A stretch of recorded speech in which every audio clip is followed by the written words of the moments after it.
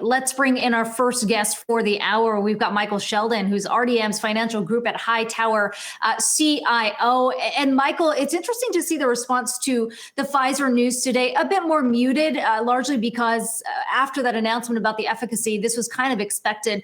But we are seeing that work from home trade reemerge on the back of concerns of more restrictions coming ahead. How are you looking at all these dynamics playing out?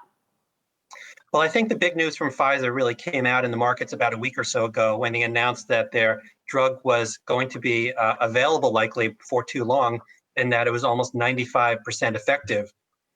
So about a week ago or so, we saw a major rotation in the market into value stocks away from the stay at home into the reopening trades. So that rotation in the market has been sort of going on in the markets over the past few days. One day it's off, one day it's on.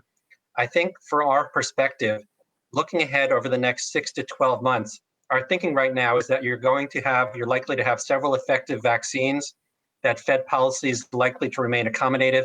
And depending on what happens in Washington, we're likely to have another round of fiscal stimulus, although you never know in Washington. So I think that combination should set the stage for a positive outlook for the economy and the markets as we get into middle of next year. But we do have to get through the next few months first. And Michael, I mean, it's important to raise those next few months because we've seen cases continue to rise, as Akiko's highlighting off the top there. I mean, when you think about the strategy here and your sector picks, it seems like you are still kind of splitting the difference and focusing on cyclicals in a barbell approach to also include growth stocks as well. It seems a bit strange to see some of these cybersecurity names rally each time we get bad updates on the pandemic front, but that seems to be a new safe sector to watch. Yeah, I think within our portfolios, we sort of have a barbell approach.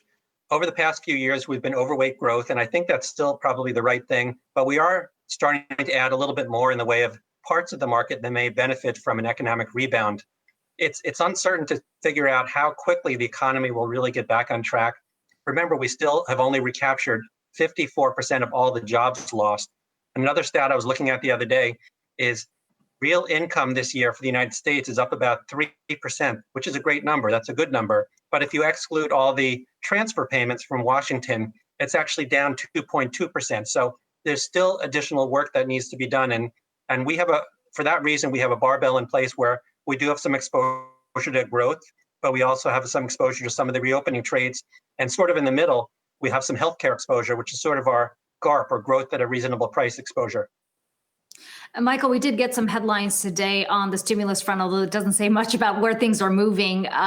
Treasury Secretary Steven Mnuchin saying that he will continue these talks with Mark Meadows and Mitch McConnell. Well, we've heard from Nancy Pelosi saying that she is still optimistic a bipartisan stimulus bill can be passed. What's the market pricing in at this point? And could it be a potential catalyst if we do, in fact, get something before the end of the year? I think expectations right now are pretty low that we're going to get anything in this sort of lame duck session in Congress. It seems that most of the legislators are really thinking about going home to Thanksgiving, although hopefully they'll keep socially distanced. But I think really we're talking about early 2021 during the Biden administration, and hopefully the Republicans and Democrats can agree that it's some sort of package to help the states and municipalities, to help the unemployed workers you were just talking about, to help small businesses. Some of that funding is only needed to sort of bridge the gap until the economy gets back in it. So I think early 2021 is the more likely scenario. Okay, Michael Sheldon joining us from RDM Financial Group at Hightower. Thanks so much for your time today. Thank you.